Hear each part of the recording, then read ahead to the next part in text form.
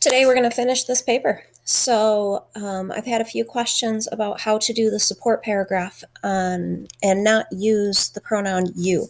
Looking through your intros and your paragraphs, the ones that I've gotten through, I'm still working on them. Many of you are using personal pronouns. You, our, we, not allowed. You have to get rid of those, okay? So I've had probably a dozen people say to me, how am I supposed to write this support paragraph and not say you? Like, you should donate, you should volunteer. And so I'm going to start off right now showing you how I did this for my pretend topic of abortion and how I stated things so that I didn't use the word you. Okay? So this is what you'll see on my screen. What I said is there are many ways to support the efforts of alternatives. So there's my topic sentence. I'm talking about the support portion of my paper. One of those is to donate items. Even though babies are tiny little humans, they need a lot of things. Alternatives is always in need of diapers and wipes. Grab a package when doing the weekly grocery shopping to donate. So instead of saying, you can grab a package of wipes to donate, I'm going to add of wipes. Grab a package of wipes. So instead of saying you can, I'm just going to make it one of those imperative sentences that we talked about with the understood you. So it's understood that I'm saying you grab a package of wipes. So if we were to, you thought I was just wasting your time when I was making you identify subjects and verbs and all that kind of stuff. But this is where it comes into play.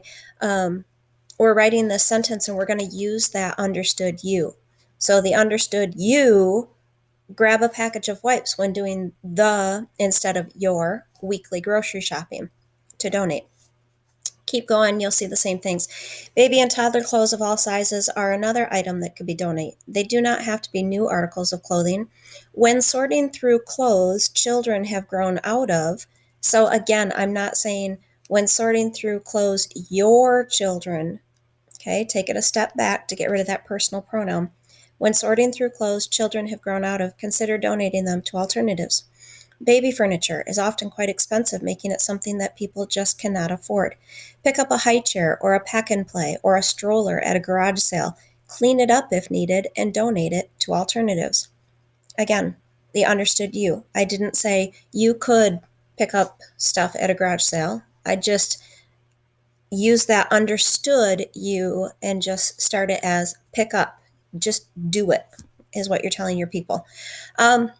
The other thing I'd like you to notice is that I don't just do this as a list of donate wipes, donate clothing, donate furniture. Notice that I have made a statement about it, like right here saying baby furniture is often quite expensive. And then I make the command to go pick some of it up and donate it. And then I made another comment, some baby will be very happy to use those items.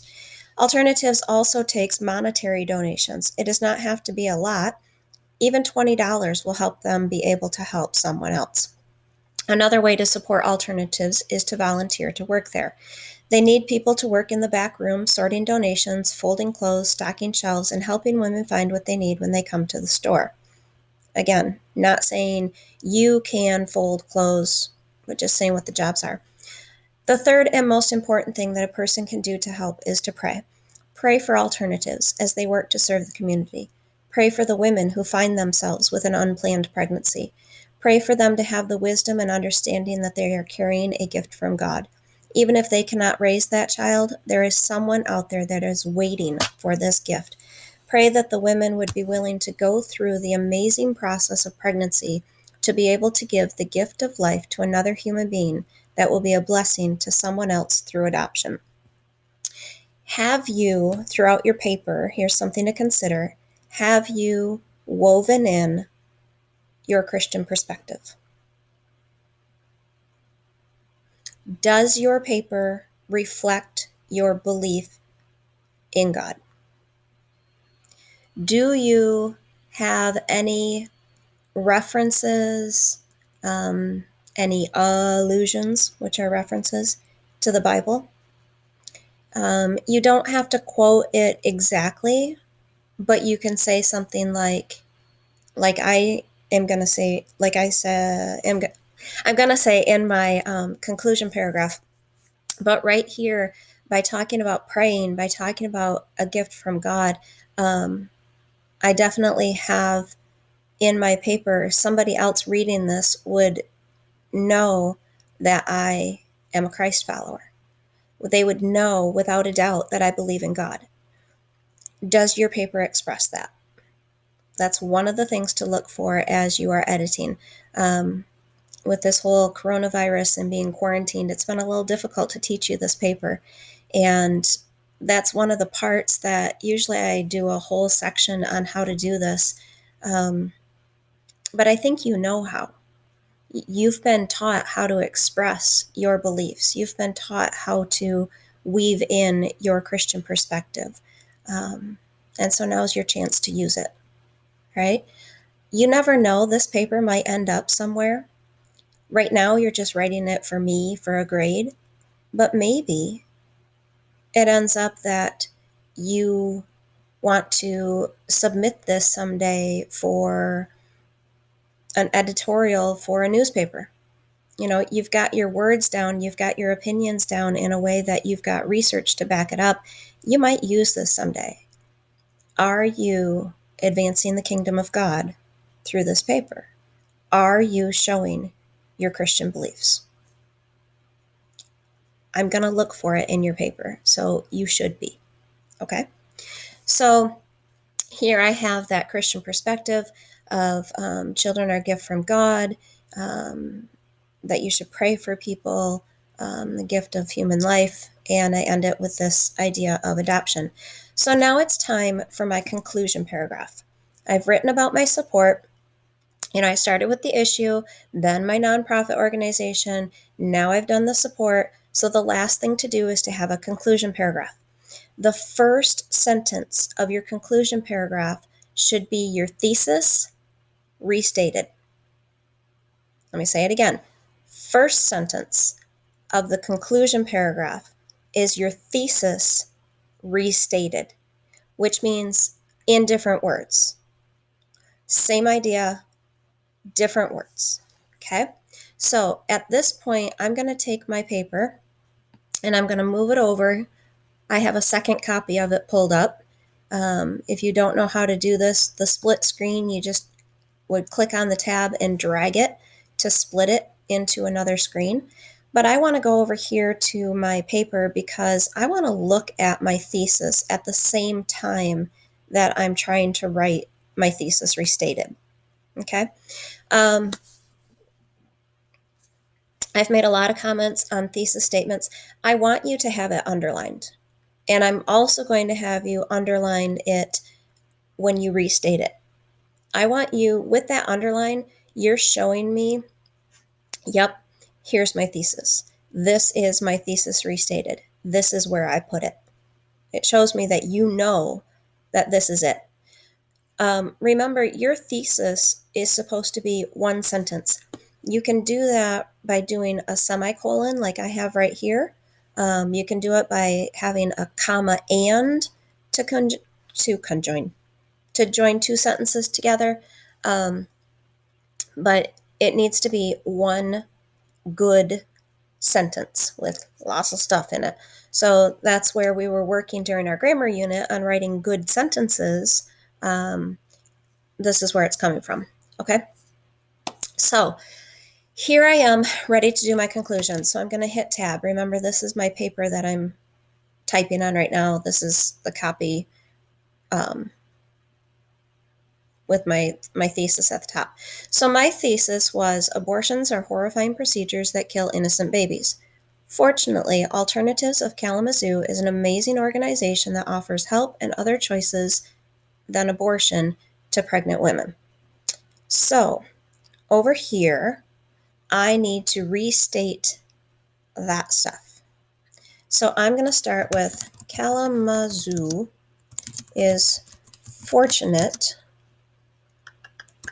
to have an organization like alternatives that not only gives pregnant women the help and support that they need. Okay, so help, support, pregnant women. You know, it's not that you have to use completely different words, but you can, but you don't want all the same stuff. All right, so I'm trying to change it up a little bit. Fortunate to have an organization like Alternatives that not only gives pregnant women the help and support they need, but more importantly, helps women know that they have other choices than killing their baby by having an abortion.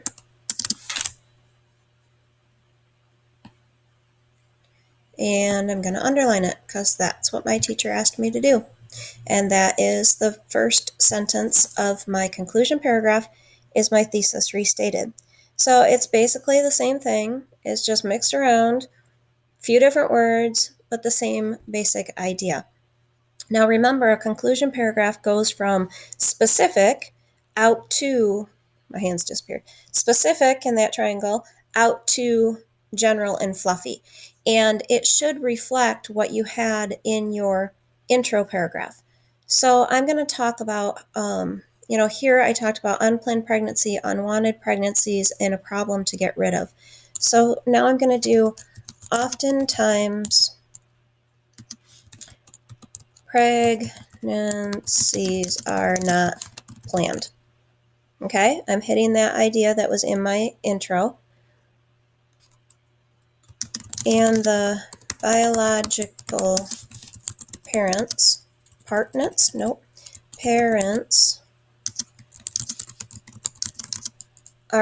to raise a child for whatever reason. Oftentimes, pregnancies are not planned, and the biological parents are unable to raise a child. I'm going to say that child. To raise that child for whatever reason. So they consider abortion as a way to take care of the problem or mistake.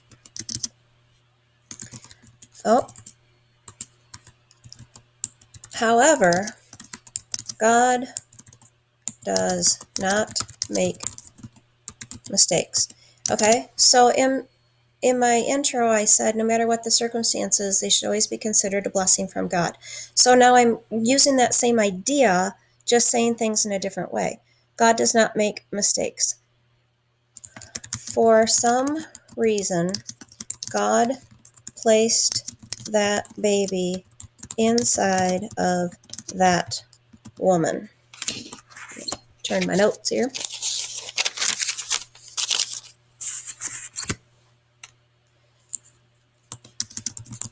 Babies are always blessings, even if they weren't. Can't use contractions, were not planned.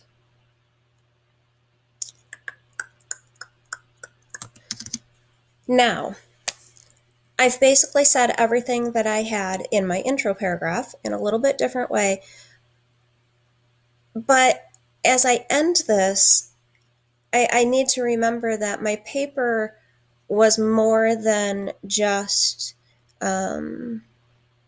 informative.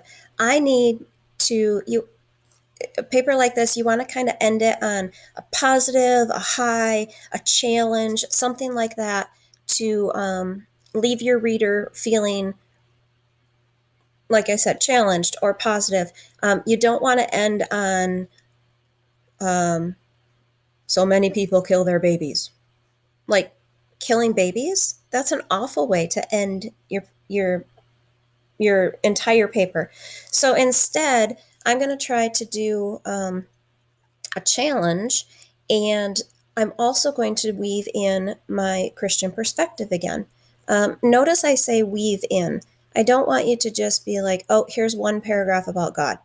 So you should be weaving stuff into your paragraphs with your Christian perspective, not just having a God paragraph.